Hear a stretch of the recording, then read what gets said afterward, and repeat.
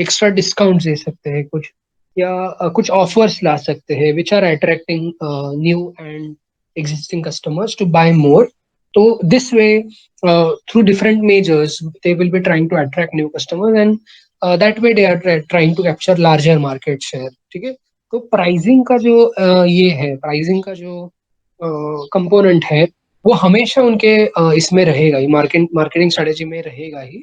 और and this way you cannot ensure that, you cannot guarantee that all the competitors will follow the price leader. ऐसा हमेशा होगा ऐसा जरूरी नहीं है. They will try different ways and means to maximize their profit, maximize their market share and so on. ठीक है, तो ऐसा अगर कंटिन्यू हुआ रहा बहुत सारे टाइम तक, कुछ वेवर्स दे सकते हैं, कुछ फीस वेव कर सकते हैं, या ऐसा जो भी है, आफ्टर डिलीवरी कुछ एक्स्ट्रा सर्विसेज वो दे सकते हैं, कुछ एक्स्ट्रा एक्सटेंडेड वारंटीज वगैरह दे सकते हैं एंड सो ऑन. तो ऐसे अलग अलग वेज से they are trying to make it more affordable. See, idea is not to make it affordable, but idea is to attract new customers to buy it. तो ऐसा वो कर सकते हैं. This way, they'll be, they'll be finally initiating the price wars. मतलब अभी hidden form में, indirect form में हो गए एक पॉइंट तक, तो फिर वो फ्रंट ही हो जाता है कि भाई, they we are trying to outcompete each other, we are trying to snatch market share from our competitor, and the competition या जो war है वो explicit बन जाएगा, and then price war will get initiated. तो ये एक भी इशू है प्राइस लीडरशिप के साथ, कि प्राइस लीडरशिप हमेशा फॉलो ही करेंगे हर कोई सेलर, ऐसा जरूरी नहीं है. And eventually this will break down and it will get lead to a price war kind of situation. तो ये एक है लिमिटेशन उसका. Second limitation which they are referring to is when we are dealing with differentiated products. Okay, in such circumstances it becomes difficult to sustain price leadership. ठीक है, अगर हम लोग होमोजेनस प्रोडक्ट प्रोड्यूस कर रहे हैं, हर कोई सेम ही प्रोडक्ट प्रोड्यूस करता है, सबकी कॉस्ट ऑफ प्रोडक्शन सेम है, तो उस केस में प्राइस लीडरशिप को रिटेन करना becomes easy. But when we are talking about a differentiated product with different cost conditions and all that, then every seller will try to persuade the customers. Yeah, they will try to convince customers that their product is superior to the counterparty's product, and that way they are competing with each other. Okay? So, in such cases, it becomes difficult uh, to have a price leadership in place, क्योंकि कोई यहाँ पे direct ऐसा यही नहीं है, cooperative kind of outcome possible ही नहीं है, बिकॉज प्रोडक्ट ही ऑल टुगेदर डिफरेंट है. अगर ऐसा है तो it becomes difficult to have this kind of thing. तो यहाँ पे भी वो लोग variety of selling tactics use कर सकते हैं to to to enlarge their market share. ये बताया जा रहा है. देन ये है. And lastly, differences in cost of production. तो ऑब्वियसली ये भी एक रीजन हो सकता है कि जिसकी वजह से price leadership will break down. Cost of production is different. अभी हमने जो दो चार टाइप के प्राइस लीडरशिप देखे थे, उसमें हमने क्या अज्यूम किया था कि फर्स्ट वाले इसमें हमने बोला था कि the low cost price leadership. तो जो प्राइस लीडर है वो, उसकी कॉस्ट ऑफ प्रोडक्शन सबसे लोएस्ट है इंडस्ट्री में. ठीक है, दूसरा वाला जो था उसमें भी डोमिनेंट फॉर्म प्राइस लीडरशिप थे. तो हम लोग नॉर्मल सर्कमस्टेंसेस में ऐसा हो सकता है, but there could be situation where the price leader may not necessarily be the low cost form. Maybe जिसकी कॉस्ट ऑफ प्रोडक्शन हाई है वो भी प्राइस लीडर बनना चाह सकता है. ठीक है, तो वो भी अपने प्राइजेस को चेंज कर सकता है, बाकी लोग मतलब एक्सपेक्ट करेगा कि बाकी लोग उसको फॉलो करें. लेकिन ऐसी price leadership again it is not sustainable for a very long period of time. क्योंकि होगा ये कि अगर कोई high cost firm price leader बन रही है, तो वो चाहेगी कि प्राइस ज्यादा हो, प्राइस हाई हो. ठीक है, क्योंकि उनकी कॉस्ट ऑफ प्रोडक्शन ज्यादा है, तो उनको अगर सफिशिएंट प्रॉफिट अर्न करना है तो they will have to charge high price. ठीक है, तो high cost firm is setting very high price, and they are expecting others to follow, but that may not be the case. जो price leaders नहीं है, जो followers है, वो क्यों फॉलो करे हाई प्राइस को? वो बोल सकते हैं कि, या वो ऐसा सोच सकते हैं कि if we charge slightly lesser price then the price competitor, we will be able to attract more customers, right?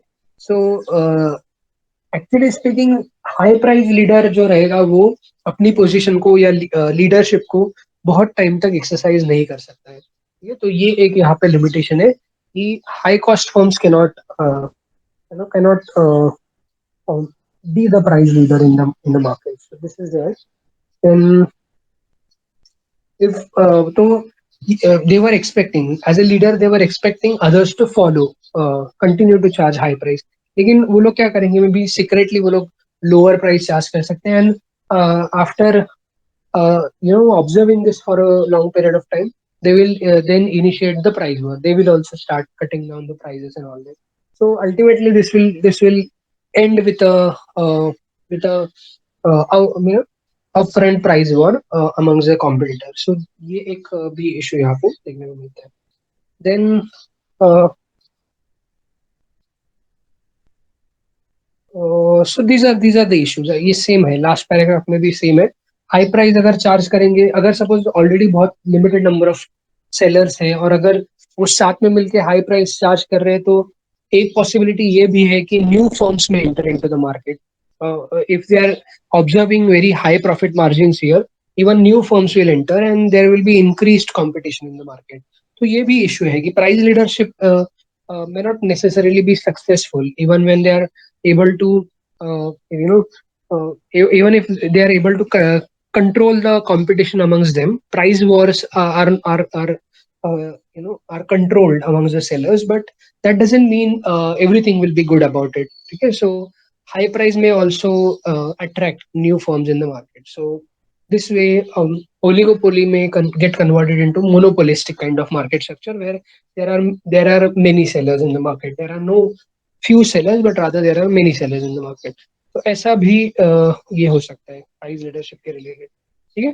So this was about it. ये एक दो ही पॉइंट बचे थे, बट टाइम हमारा खत्म हुआ था, इसलिए I could not finish it last time. तो now we are over with our third module. अभी फर्स्ट सेकेंड एंड थर्ड, इन तीनों मॉड्यूल के रिलेटेड अगर आपके कुछ क्वेश्चंस डाउट्स है तो we can discuss about them now. We can discuss about them. I'll give you some time to think about, yeah, recollect the questions which you must be having related to the first three modules.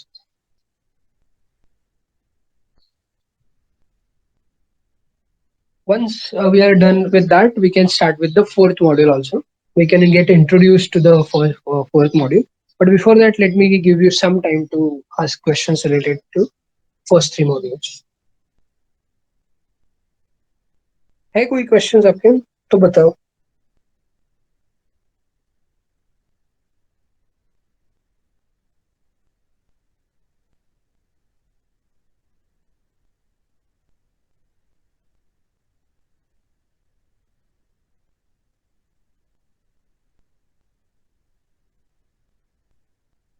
Yes, कोई doubts, questions first three module के related.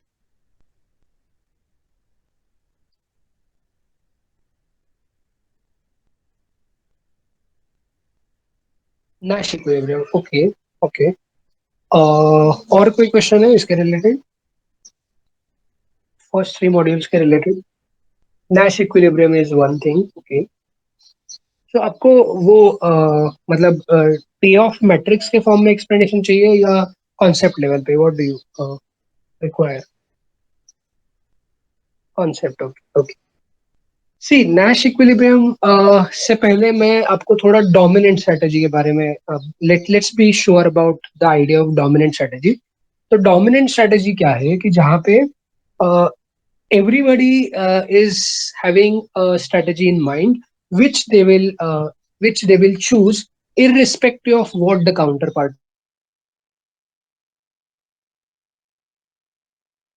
Concern नहीं है कि सामने वाला क्या action लेने वाला है, क्योंकि मेरे लिए सबसे सुपीरियर आउटकम्स कहाँ पे है, जब मैं एक स्ट्रेटजी चूज करता हूँ. अगर ऐसा है तो उस स्ट्रेटजी को हम डोमिनेंट स्ट्रेटजी बोलते हैं. तो मुझे मतलब सपोज हम लोग एडवर्टाइजमेंट का एग्जांपल लेते हैं. दो कंपनीज हैं और उनके पास दो चॉइसेस है, एडवर्टाइज करो या ना करो, ये दो चॉइसेस है. तो सपोज ये firm, suppose there is a Pepsi and Coke, these are the two companies which are competing with each other on the basis of let's say advertisements या marketing करके वो अपने products को ये करना चाह रहे हैं, maximize करना चाह रहे हैं sales को. तो सपोज पेप्सी के पास क्या चॉइसेस है, एडवर्टाइज करो या ना करो.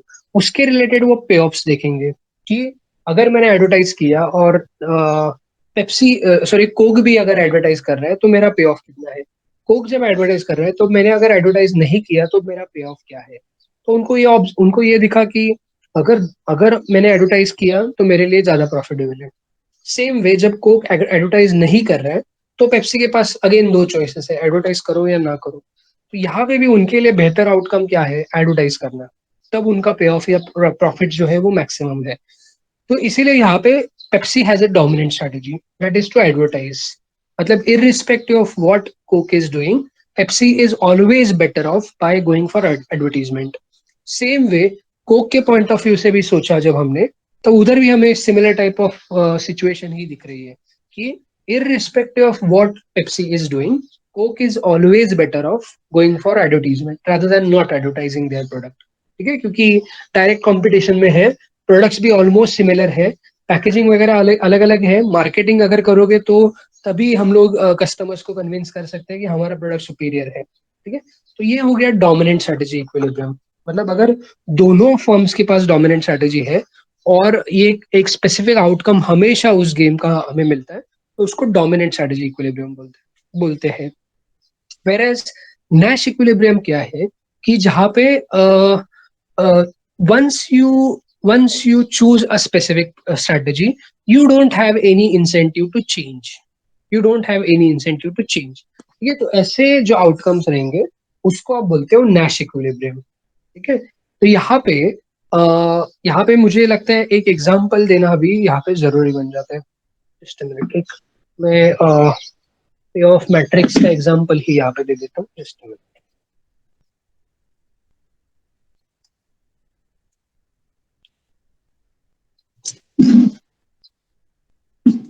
Okay, so suppose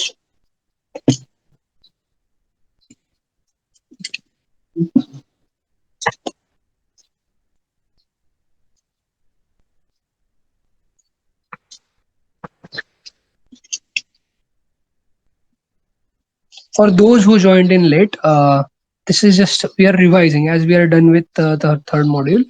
We are taking questions from first three modules. तो नैश इक्विलिब्रियम क्या है, यहाँ पे पेप्सी है, यहाँ पे Coke,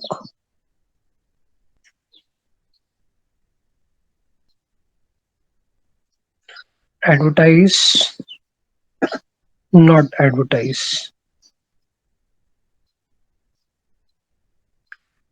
same way advertise not advertise. ठीक है, ये दो चॉइसेस है उनके पास. अभी दोनों अगर एडवर्टाइज करेंगे तो उनका प्रॉफिट्स क्या है. So they are able to attract new customers here. Of course they are spending more on advertisement, but they'll be able to. It's not a necessary commodity. It's not the case that we you know uh, we buy it irrespective of whether it is advertised or not. So advertising is very important when it comes to such type of products. So suppose दोनों अगर advertise कर रहे हैं तो उनका profit कितना है, let's say 20 million इतना प्रॉफिट है सपोज. ठीक है, 20 इतना प्रॉफिट है. अगर सपोज दोनों एडवर्टाइज नहीं करेंगे तो उनका प्रॉफिट कितना है, 10.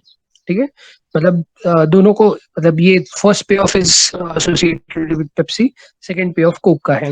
राइट, सपोज पेप्सी एडवर्टाइज नहीं कर रहा है बट कोक ने अगर एडवर्टाइज किया तो फिर उनको कितना पे ऑफ मिल रहा है. तो उस केस में पेप्सी इज नॉट एडवर्टाइजिंग तो उनको कम पे ऑफ मिलेगा और कोक को ज्यादा पे ऑफ मिलेगा. तो लेट्स से इनको 15 पे ऑफ मिल रहा है और इनको 5 पे ऑफ मिल रहा है बिकॉज पेप्सी ने एडवर्टाइज नहीं किया तो they lost some of their customers to their competitor and Pepsi is taking advantage here and they are able to get more customers here. 15 profit उनको मिल रहा है. ठीक है, reverse will be the case when Pepsi is going for advertisement and Coke is not advertising.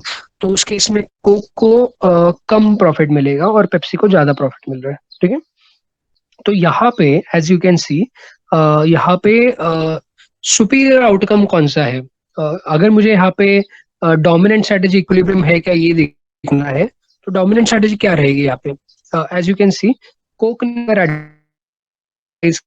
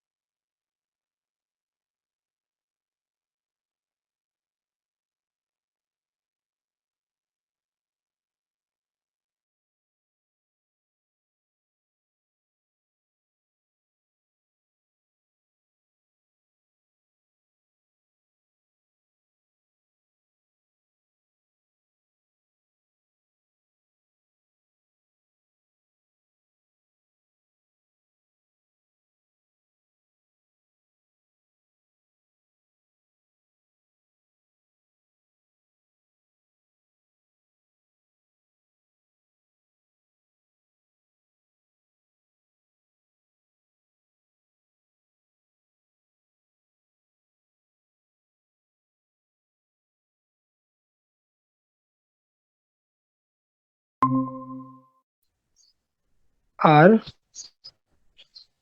Nash equilibrium.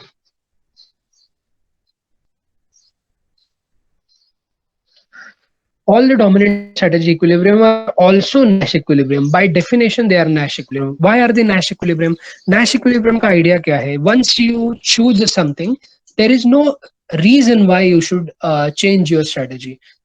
Independently, unilaterally speaking, individually speaking, there is no reason why you should change your strategy. अगर आपको पता है कि Coke ने suppose ये outcome उनको मिल गया, ये इक्विलिब्रियम उनको मिल गया, Coke is advertising now, is Pepsi having any incentive to change here? Should Pepsi go for not advertisement when Coke is going for advertisement? Is it profitable for Pepsi to change unilaterally? No, isn't it? So Pepsi should stick to advertising. There is no incentive for them to change. अगर ऐसा है तो इसको Nash equilibrium बोला जाता है. Coke के point of view से सोचा जाए तो वो भी वैसा ही है. अगर पेप्सी एडवर्टाइज कर रही है तो कोक के लिए चॉइसेस क्या है? एडवर्टाइज करेंगे तो 20, नहीं करेंगे तो 5. तो उनके पास भी कोई इंसेंटिव नहीं है कि वो इस चॉइस को चूज करे है, राइट? इस स्ट्रेटेजी को चूज करे, बिकॉज अगर ये करेंगे तो उनको 5 पे ऑफ मिलेगा. तो यूनिलैटरली स्पीकिंग, इंडिविजुअली स्पीकिंग, उनके पास कोई भी इंसेंटिव नहीं है कि वो अपने स्ट्रेटेजी को चेंज करे. तो इसीलिए ये नैश इक्विलिब्रियम भी है और डोमिनेंट स्ट्रेटेजी इक्विलिब्रियम भी है. ठीक है, they will stick to these choices, और इसीलिए ये नैश इक्विलिब्रियम भी है. ठीक है, let me change the numbers slightly. And ऐसा हम लोग इक्विलिब्रियम देखते हैं जहाँ पे डोमिनेंट स्ट्रेटेजी इक्विलिब्रियम नहीं है लेकिन नैश इक्विलिब्रिया है यहाँ पे. अगर ऐसा है तो उसको मतलब मल्टीपल इक्विलिब्रिया भी वहां पे हो सकती है. सो यहाँ पे डोमिनेंट स्ट्रेटेजी था ना, दोनों है, डोमिनेंट स्ट्रेटेजी भी है और नैश इक्विलिब्रियम भी है. तो let me talk about something else, मतलब थोड़े से नंबर में यहाँ पे बदल देता हूँ so that you don't have a dominant strategy.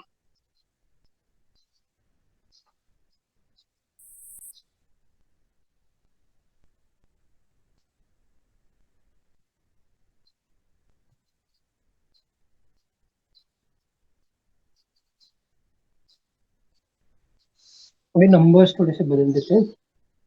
Suppose ये वाला जो एडवर्टाइज था वो 2020 है और ये 25 25 है.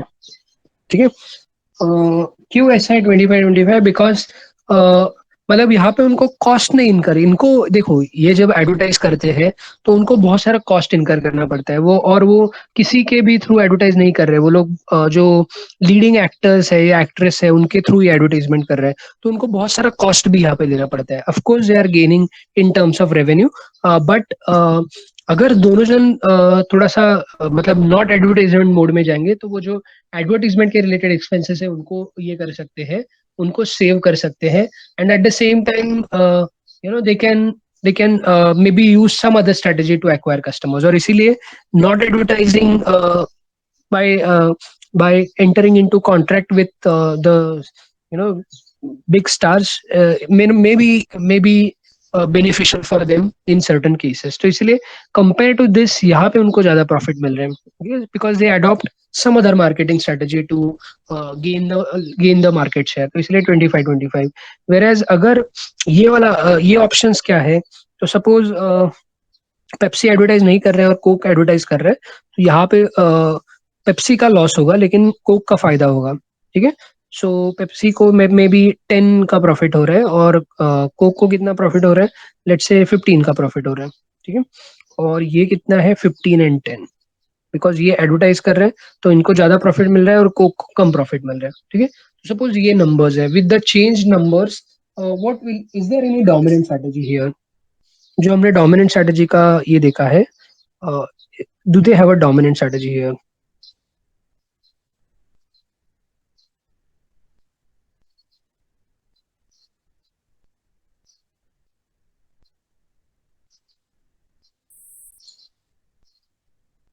Hello. No, they don't have a dominant strategy, right? अगर कोक ने एडवर्टाइजमेंट का डिसीजन लिया है, तो पेप्सी के पास क्या चॉइसेस है और उनके एसोसिएटेड पे ऑफ्स क्या है? अगर कोक एडवर्टाइजमेंट के लिए जा रहे हैं तो व्हाट शुड पेप्सी डू?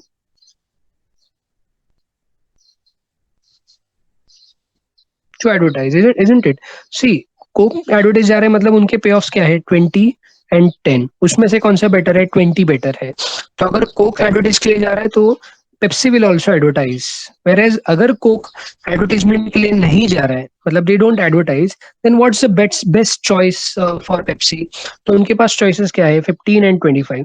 तो उसमें से 25 इज बेटर, इजंट इट? तो अभी देखो, पहले वो जब कोक एडवर्टाइज कर रहा था तो पेप्सी ने भी एडवर्टाइज किया.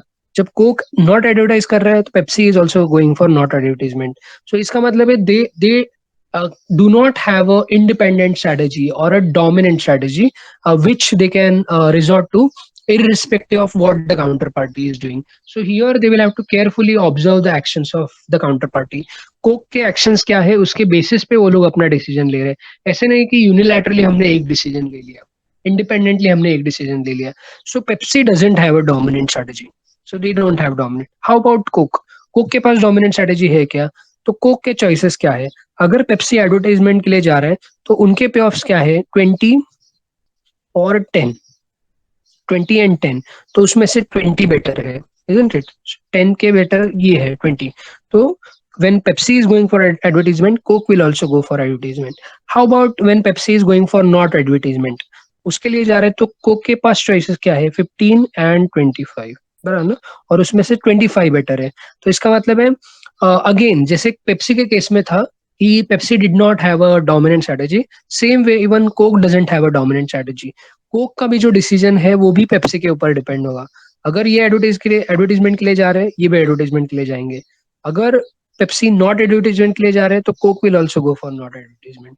तो their choices depend on each other. And यहाँ पे इक्विलिब्रियम क्या हो, यहाँ पे there is no dominant strategy equilibrium. ठीक है. There is no dominant strategy equilibrium, but there is a Nash equilibrium. There is a Nash equilibrium. This is one of the Nash equilibrium, and this is another Nash equilibrium. So here there are two Nash equilibrium का जो plural है equilibrium. There are two Nash equilibria here, which are to advertise. ये एक equilibrium है और दूसरा है not advertise. ठीक है. ये दो नैश इक्विलिब्रिया आपको यहाँ पे देखने को मिलते हैं. ठीक है. सो बाय डेफिनेशन हमने क्या बोला था, जो भी डोमिनेंट स्ट्रेटजी इक्विलिब्रियम रहेंगे वो नैश इक्विलिब्रियम जरूर रहेंगे. But reverse is not true. Not all Nash equilibria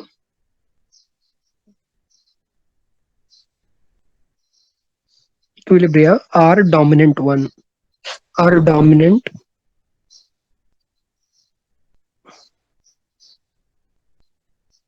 ठीक है. जैसे यहाँ पे आपको देखने को मिल रहा है ये नैश इक्विलिब्रियम तो है लेकिन डोमिनेंट स्ट्रेटेजी नहीं है. ठीक है. तो रिवर्स इज नॉट ट्रू. ये ट्रू है, डोमिनेंट है वो नैश रहेगा, नैश रहेगा वो डोमिनेंट रहेगा ही, ऐसा कुछ जरूरी नहीं है. ठीक है. तो ये है. और ऐसा क्यों unilaterally they don't have any incentive to change. अगर दोनों जन एडवर्टाइज कर रहे हैं तो इंडिपेंडेंटली वो अपने डिसीजन को चेंज नहीं करेंगे. जैसे कि अगर पेप्सी एडवर्टाइज कर रहा है तो Coke will stick to advertisement, because अगर उन्होंने नॉट एडवर्टाइज किया तो 20 और 10 में से उनको 10 मिलेगा अगर नॉट एडवर्टाइज किया तो उससे बेहतर तो ये है. तो इसका मतलब है अगर ये एडवर्टाइज कर रहा है तो Coke will also go for advertisement. Unilaterally individually वो चेंज नहीं करेगा. अगर पेप्सी चेंज कर रहा है अपने डिसीजन को तो कोक विल ऑल्सो चेंज. ठीक है. तो उस केस में वो ये वाले पे ऑफ में आएंगे, ये वाले पे ऑफ उनको मिलेंगे 25-25. ठीक है. तो collectively they can choose to change their strategies. Collect मतलब दोनों ने डिसाइड किया म्यूचुअली मिलके कि देखो एडवर्टाइज करके वैसे भी हमारा इतना ज्यादा फायदा नहीं हो रहा है, rather we will not go for advertisement and we will have a maximum profit possible. ठीक है. सो ये दोनों नैश इक्विलिब्रियम है, 2020 25-25 दोनों नैश इक्विलिब्रिया है. क्लियर है ये? Is this clear? Okay okay. कोई डाउट अभी भी है इसके रिलेटेड?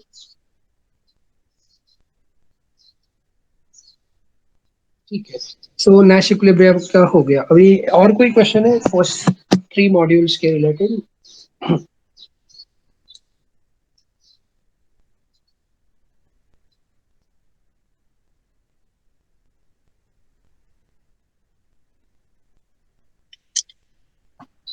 फर्स्ट 3 मॉड्यूल्स के रिलेटेड और कोई डाउट किसी को?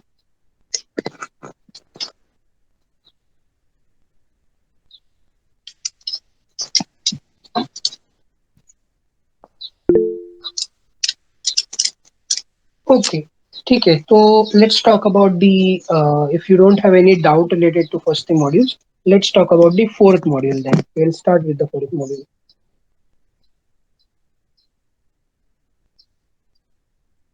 Mm, okay, so micro module 4. See, micro module 4 is all about general equilibrium. ठीक है. जनरल इक्विलिब्रियम के कंडीशंस क्या है वगैरह वगैरह उसके बारे में है. फर्स्ट जो टॉपिक है वो एक इंट्रोडक्टरी टॉपिक है कि जहाँ पे हम लोग देख रहे हैं कि इंटरडिपेंडेंस क्या क्या होता है, मतलब इकोनॉमी में इंटरडिपेंडेंस कैसे होता है, और हाउ द पार्टिसिपेंट्स या players in the economy are transacting with each other, how the what is a monetary flow, what is a real flow. So all these things are discussed in this chapter. So first chapter you must be already aware about. ये ऐसा type का diagram आपने देखा है ना इसके पहले? देखा है कहीं पे ऐसा टाइप Yes, का sir. Diagram? FY. First year में, isn't it? So circle of flow of economy, ये वाले टॉपिक में हमने डिस्कस किया था. तो यही है, थोड़ा सा इंट्रोडक्टरी टाइप का ही है. तो क्या है, let's quickly understand what is given here. So firstly, they are talking about interdependence in the economy. Various participants are dependent on each other for their day-to-day transactions, या activities, या income levels. So equilibrium in the one market is dependent on equilibrium in all other markets and so on. So ये interdependency का concept यहाँ पे discuss हो रहा है. Okay, so everything is interdependent. That's what is being discussed here. जैसे कि for example, suppose let's take an example here. So suppose there is an increased demand for a specific phone. Let's say कोई mobile phone है, उसके लिए बहुत ज्यादा there people are crazy about buying that particular phone. Pre order किया जा रहे हैं लोग, और एंड सो ऑन. ऐसे there is a huge craze about acquiring this particular phone. Right. तो does it have any implications on the economy, yeah, people in general? So how does it affect individuals you know in general? तो इसकी बात कर सकते हैं. So obvious है कि अगर सपोज कोई प्रोडक्ट हाई डिमांड में है, और people are willing to pay very high price, premium price to acquire that particular product, so automatically resources will get diverted towards that production of that particular thing. So अगर mobile phone है तो mobile phone production, उस particular mobile phone के model के production के लिए resources will be diverted, and automatically equilibrium in the other sectors will get affected due to it. ठीक है. सो everybody is just planning to buy this particular phone. तो जो resources बाकी जगहों पे यूज किए जा सकते थे वो वहां से आएंगे इस वाले सेक्टर में। ठीक है, कैसे आ सकते हैं? तो आप बोलोगे कि वो पर्टिकुलर कंपनी का ही कंसर्न है ना, जो जो वो मोबाइल फोन प्रोड्यूस करते हैं उसी कंपनी के बारे में ये है। How come other companies are getting affected in the process? The thing is, when you see very high returns in a specific business, yeah, in production of a specific type of product, automatically people, yeah, investors will invest in that particular company, and money will flow in that particular sector, yeah, in that particular company. And that way, resources will be scarce in other sectors, yeah, other industries, yeah, for other companies, and they'll be put to use in this particular business. So ऐसा नहीं है कि one particular commodity is not having any influence over the rest of the commodities. Of course, their level of significance might be different, but each one of us is interdependent in some way or the other. और ये हमने recent जो lockdown वगैरह है इसमें भी देखा, बहुत प्रोमिनेंटली ये देखने को मिला। जैसे कि सपोज लोग ट्रैवल ही नहीं कर रहे हैं, suppose because of lockdown related restrictions, people are not allowed to travel. There were travel related restrictions, तो उसकी वजह से ट्रैवल इंडस्ट्री तो अफेक्ट हो ही रही है, उसके साथ साथ बाकी सेक्टर्स के ऊपर भी इम्पैक्ट पड़ रहा है। तो इसका डायरेक्टली या इनडायरेक्टली इम्पैक्ट बाकी सेक्टर्स के ऊपर भी हो रहा है, isn't it? So ये एक सर्कुलर वे में काम करते हैं ट्रांजैक्शंस जो है, या इकोनॉमिक एक्टिविटीज जो है वो एक स्पेसिफिक मैनर में काम करती है। और कहीं पे भी डिस्ट्रक्शंस आते हैं, कहीं पे भी अगर डिस्टर्बेंसेस आ रहे हैं, तो automatically the entire supply chain, the entire flow of funds will get affected in the process. और इसीलिए हमने देखा कि there was a major dip, around 24% का डिप हमें इकोनॉमिक ग्रोथ में देखने को मिला, because there were disruptions, all the activities were distracted in the process. So that way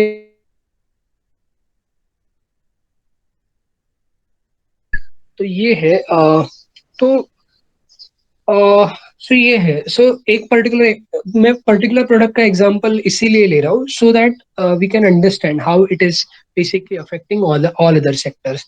तो क्या है, हमने फाइनेंशियल फ्लोज की बात की। Investments are happening only in one particular company. Why? Because that company is generate very high returns. कैसे high returns मिल रहे हैं उनको? क्योंकि उनका कॉस्ट ऑफ प्रोडक्शन जो है वो बहुत ही कम है, और जो प्राइस कस्टमर्स पे करने के लिए रेडी है वो ज्यादा है। तो automatically the profit margins are high. So whatever capital is deployed in that particular production process is able to generate very high returns, and automatically people who seek higher returns will go for investments in those particular companies. Okay? So this way resources are getting diverted, finance is diverted. How about the labor flow? How about the skilled workers? So automatically skilled workers, unko dikh raha hai ki this particular company is doing very well, and they, if they are doing well, automatically they will be in a position to attract very new talents, या जो skilled laborers है उनको वो hire करने की कोशिश करेंगे, and उनके लिए वो remuneration भी ज्यादा रख सकते हैं, so that they can switch from their existing organization to the new organization. So they are given some financial incentive to switch, okay, to change their organization. So this way they are able to acquire new talent, retain the existing talent, and so on, and continue to produce these superior products. Okay, whatever, whether they are actually superior or not, that is a different thing. But if certain commodities are high in demand, automatically resources, everything will get diverted to that particular sector.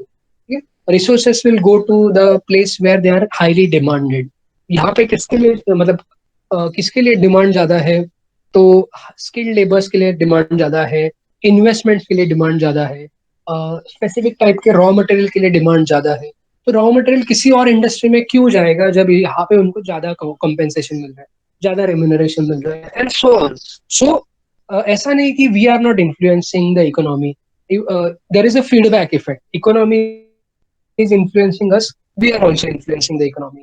The direction that it is taking depends on us only. So if everybody, each one of us is behaving in a specific manner, automatically people will be ready to you know uh, fulfill our changing requirements, and accordingly the economic activities are taking place. the type of economic activities या extent of those activities depend on the behavior of individuals, consumers. Majorly जो consumers हैं उनके basis पे वो मतलब जिस type का economy develop हो रहा है वो ये होगा, मतलब ultimately it will get evolved. Suppose there is suddenly huge demand for a specific country's tourism. Let's say everybody will just wish to go to this particular country for a tourism purpose. Automatically वहाँ के जो resources है, वहाँ के जो लोग हैं, they will observe that there is a huge opportunity to monetize, from which we can earn some extra bucks, extra money. So they will put resources to that particular sector. Many people will be coming to this particular location. They will be staying here. They will be dining here, and so on. So accordingly, they will invest in hotel industry there. Yeah, accommodation related facilities will be provided, and so on. So what I'm trying to say is, uh, everything there is an interdependency. There is an interdependency, and we influence each other some way or the other, directly or indirectly. We influence each other. Okay?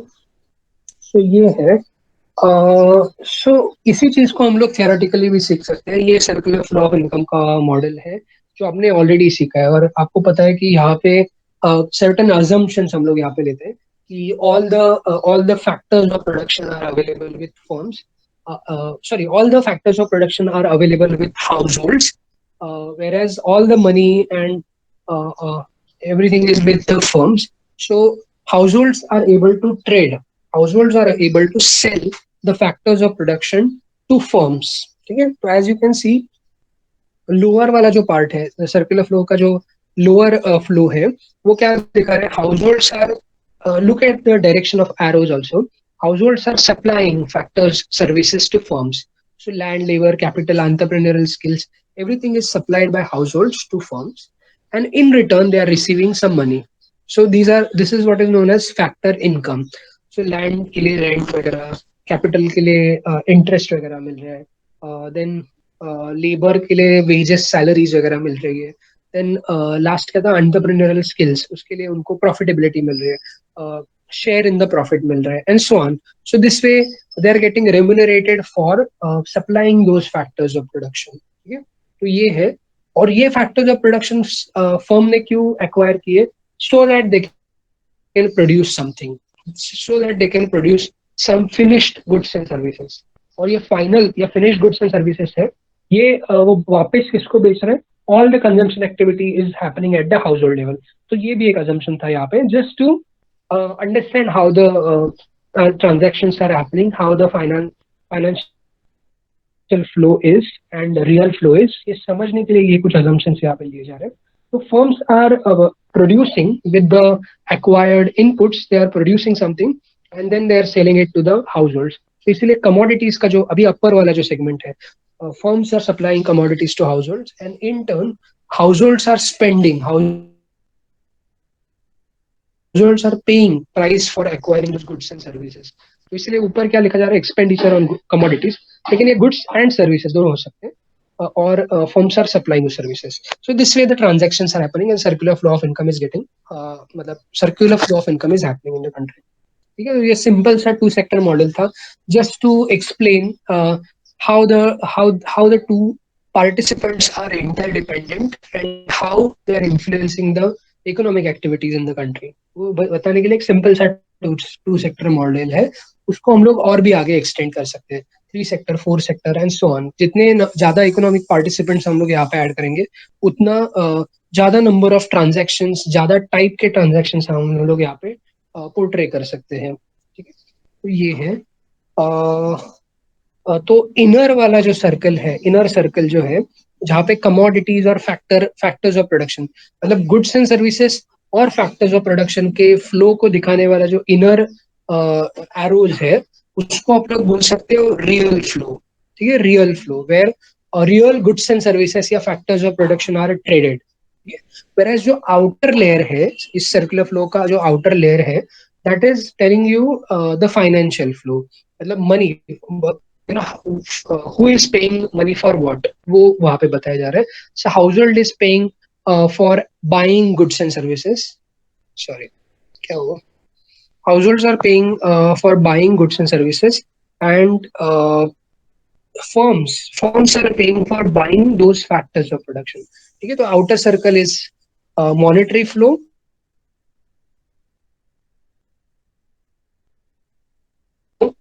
Real flows बताते हैं. ठीक है, तो ये हो गया circular flow of income. इसमें disturbances वगैरह भी आ सकते हैं, वो भी हमने देखा है कि you know how come this economic activities can get disturb या डिस्टर्बटेड.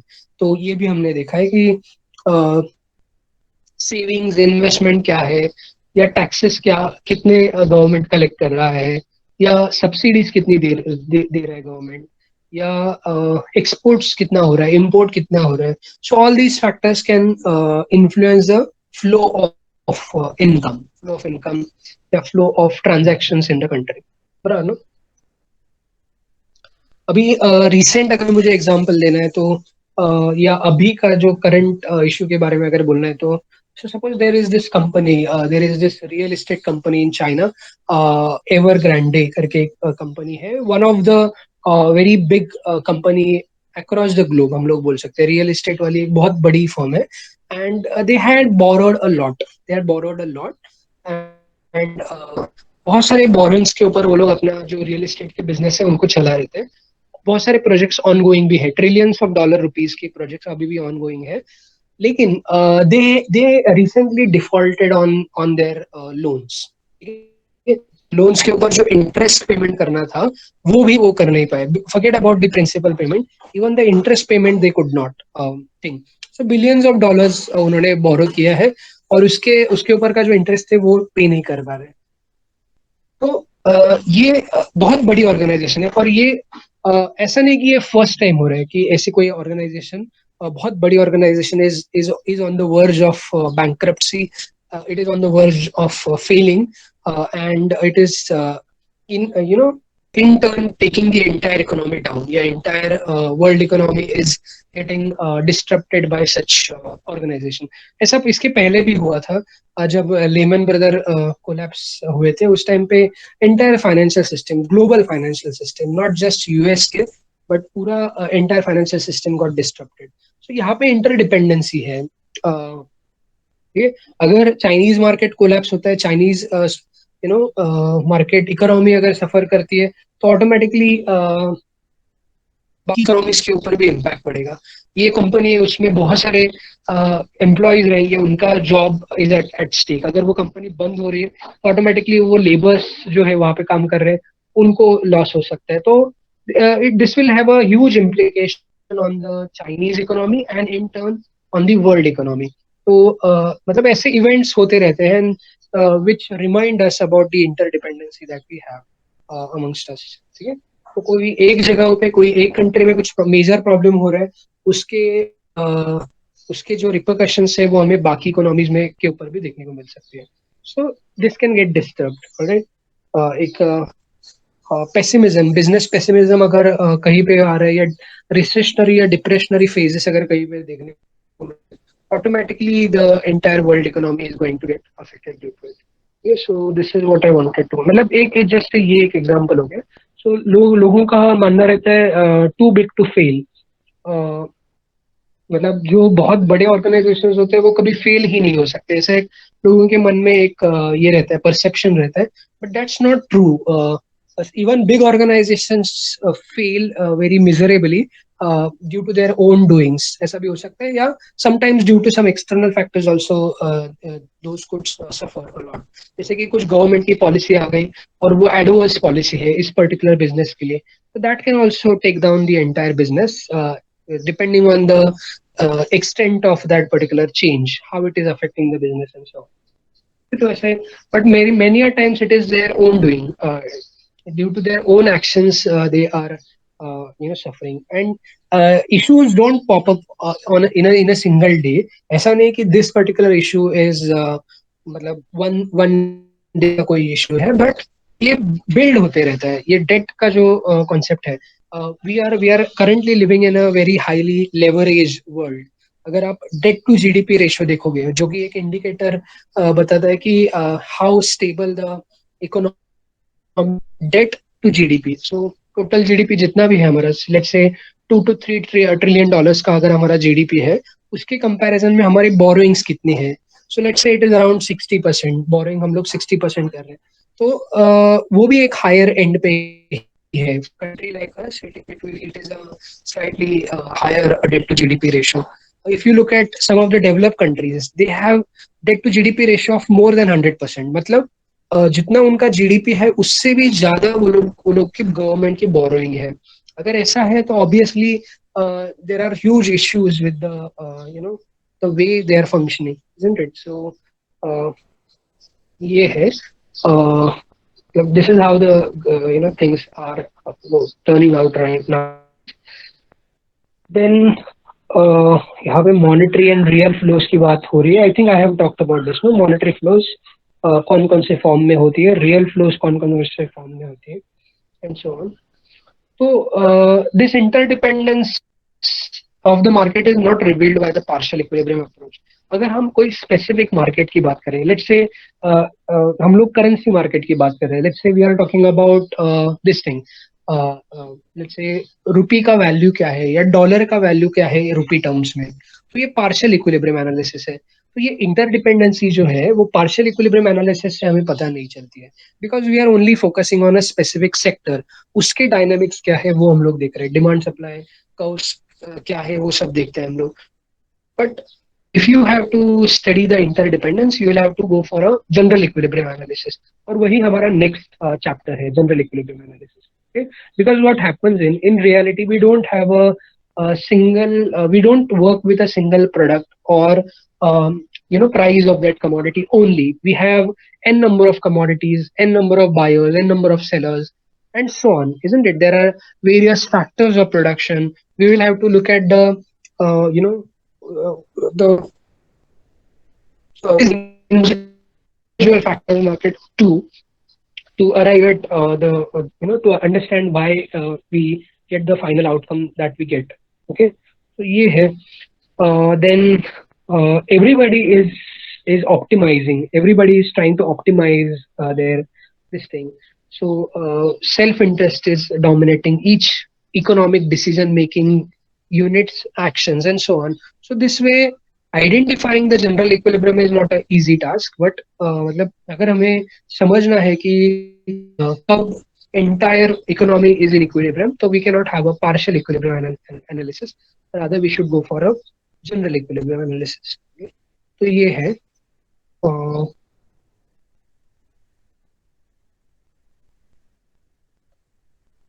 सी हियर कितना टाइम है हमारे पास? अच्छा, ऑलमोस्ट खत्म हो चुका है.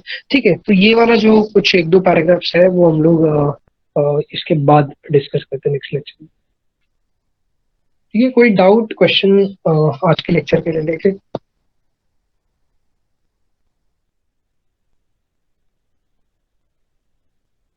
No doubt? ठीक है, so let's stop for today. Let's continue the discussion in the next lecture. Okay.